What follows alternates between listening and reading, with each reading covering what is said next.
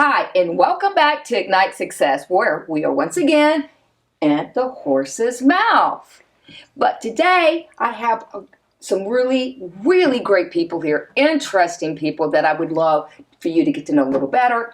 Today we have Bonnie Low-Kramen. Thank you, Bonnie, for being here. So great, Sherrie. So, Bonnie, you are the owner of Ultimate Assistant Training and Consultant, but you've also been a TEDx speaker. I have.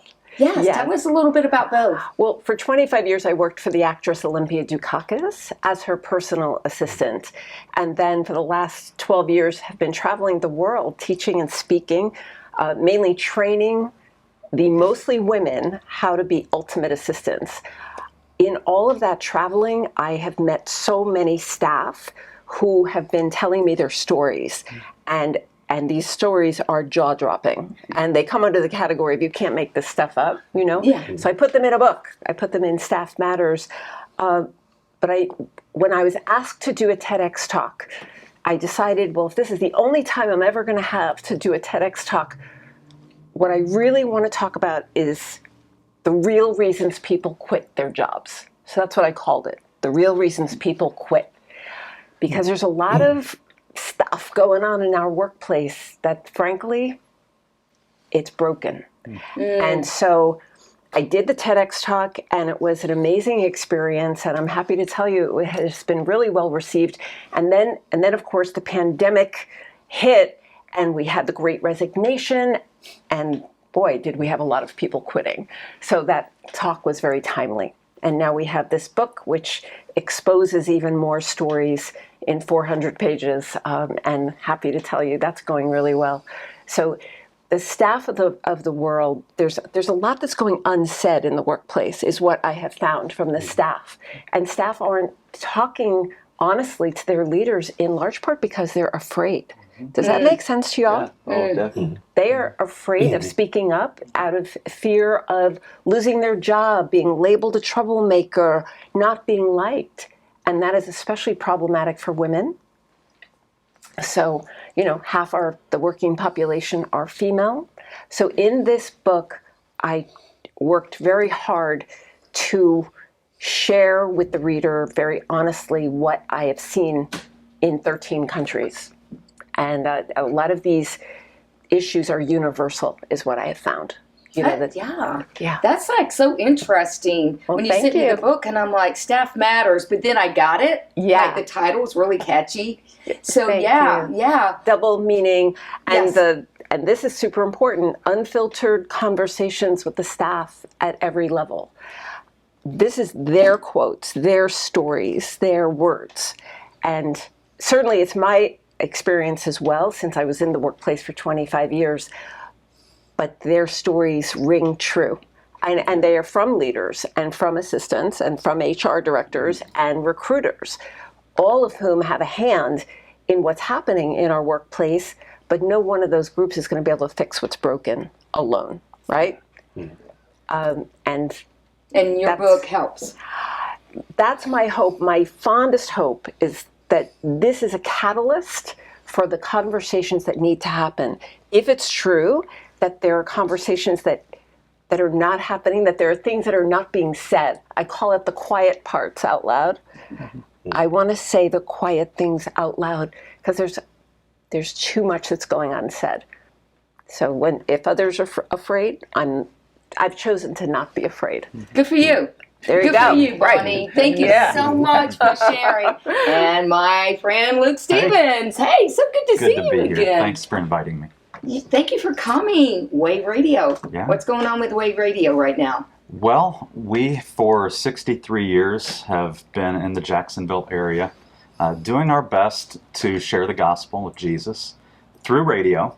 So we've never stopped. A lot of radio stations. In fact, we are one of the 2 longest running continuously formatted radio stations in Jacksonville. Basically, it's us and NPR that have never changed. Everyone else has changed formats over time.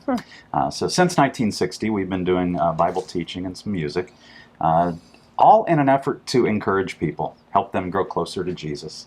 We're having some success, so we've been expanding a lot in the last 5 years. So we're all over Northeast Florida. We've got from Jacksonville down to St. Augustine, and just enjoying doing what we think we're supposed to be doing.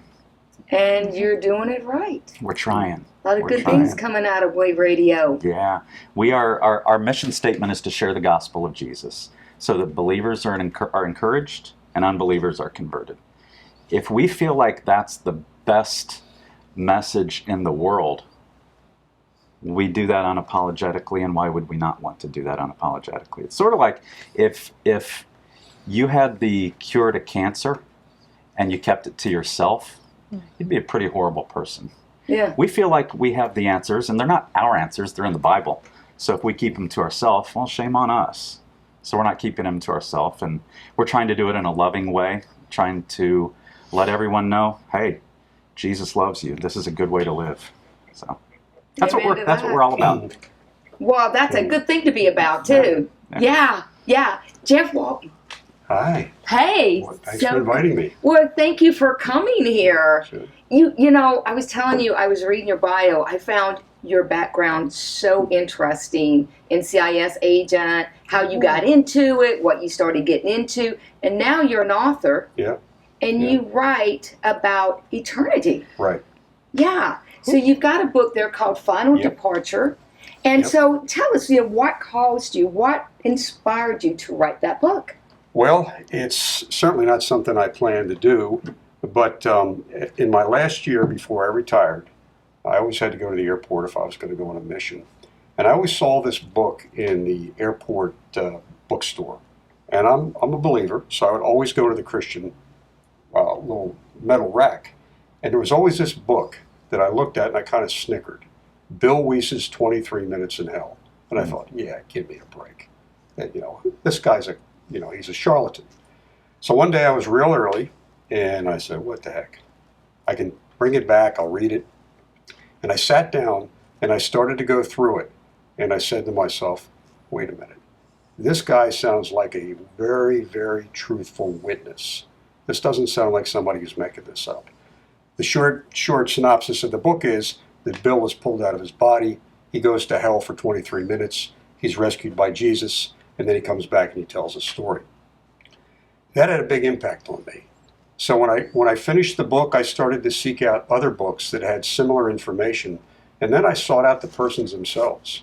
I went to Bill Wies and I interviewed him. Wow. I wanted to see him face to face, eye to eye, and judge his veracity. There are other authors that I did the same thing with. And then I realized, maybe the heaven and hell are real because we have people that are coming back, eyewitnesses, that are telling us about it. So I thought, I'm going to learn more. I need to get my facts straight. So then I dove into the Christian faith and the other religions. And I looked for evidence. I wanted to see which faith was backed by facts, backed by evidence. And after 4 years of digging and basically doing a master's program on my own, I came up with enough information that I thought, I've got to get this out.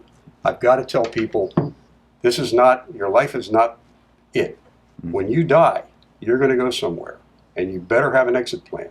You better know who you are, what you are, how you got here, and who you serve. And so what I've done is I've taken the information I developed and I've put it into a novel because I want to get it out to a broader audience. I want people to be informed, but also entertained. I want them to enjoy the ride. So I put a lot of myself in the book. The protagonist is a retired NCIS agent, so I could inject. I give a little primer on counterintelligence, federal some of the operations that we ran. So I put this all together. I put the facts together, and it's up to the individual to realize that there is a God, there is a heaven, there is a hell. Jesus Christ is the Son of God. There's a reason he came back here. It's a rescue mission, and that's why he came back. And if we realize that, then we'll make the right choices in life. That's really a great way of putting it, the rescue mission. And who better to, go after the evidence than you? I mean, C.S. Lewis, right? Didn't he do that? Didn't he try to go out to prove there was no God? Right. And then he ended up, doing all the... Right. Lee Strobel, an attorney. Lee Strobel. He went out to prove that the Bible was false, and every expert that he talked to convinced them. It's factually supportable. Yeah. And I'm a facts guy. I'm You an have evidence to guy. be. Yeah. You have to be in what Yeah. you did. That's right. Thank you so much for Sure. being You're here. quite welcome. And Almon, so good to see you It's again. always Almon good to see you. Gunter, how are you? I'm good. I'm always good. Always feeling Yeah. good. Well, tell us about Age 3 LLC. Well, we got a lot going on, just still, helping kids get to where they need to do, and be student athletes is important to me. I think you only get one body, so we try to take care of it mentally and physically, but also doing a lot of corporate stuff, corporate speaking, leadership, teamwork. Just got back from Nashville doing some stuff, and Wow. just headed all over the place. What you doing in Nashville? Well, Nashville, I work with a company out of California.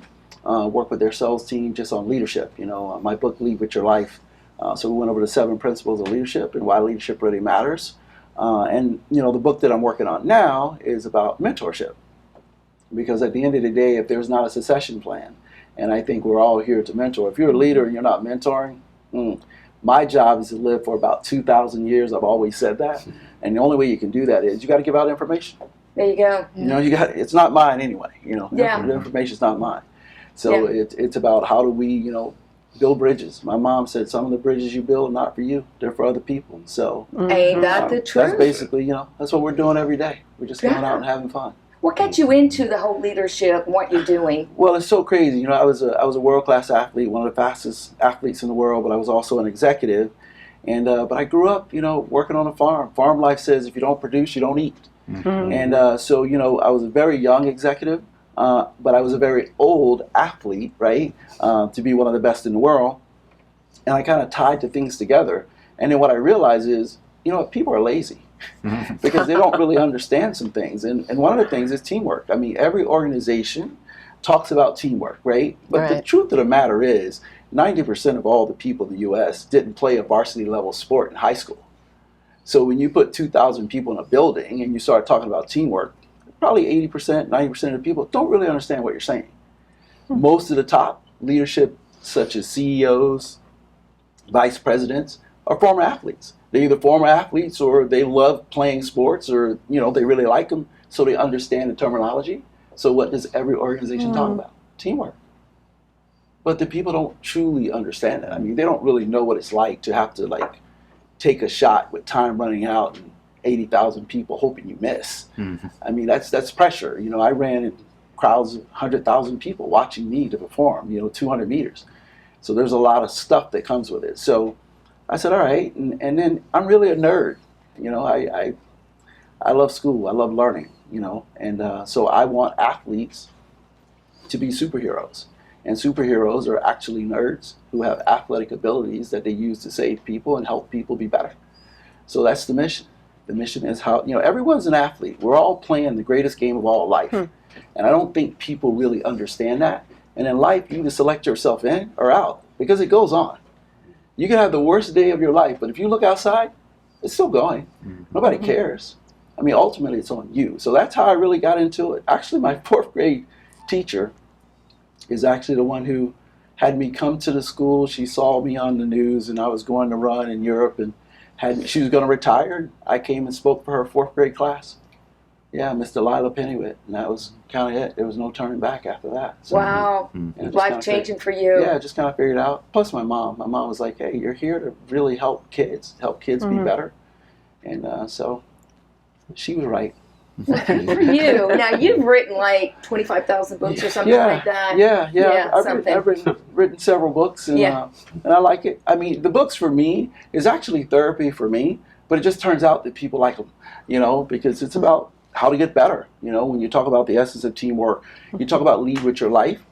I mean, think about it. I mean, ultimately, that's all Christ did was he led with his life. It's the title of one of my books. And if you are a leader, you don't have to say much. Just lead with your life. There you go. Let that do the work for you. There you go. We're going to wrap it up. And just one quick question. How do you define success? For me, every day I just ask myself, did I get 1% better doing something? If I got 1% better, that means that I'm always learning. And if I'm always learning, I'm always building bridges. There you go. Building bridges. How about you, Jeff? Spotlighting the truth about God. There you go. Yep. There you go. And you're doing a great job there. Thank you. Yeah. Luke? I think success, from my mind, could be measured. Are you doing what God wants you to do? And if you're not, you still have time. We all, if we're breathing, we still have time to do what God wants us to do. Right. Great answer. How about you, Bonnie? I think we all have the same mother. My mom used to say, just try to leave the world a little better than the way you found it. And that's what I'm trying to do. That it's just so important that not only the staff who are working right now have a better experience, but I want that for our kids and our grandkids and the staff coming behind us. That's really what it's about. It's about the future and making it better. I was about to say the future. It is about that. There you go. Yeah. Thank you all for being here. And that's it for today. If you want to know more about these wonderful people, go to iwantabuzz.com, and I will catch you in the next segment of Ignite Success.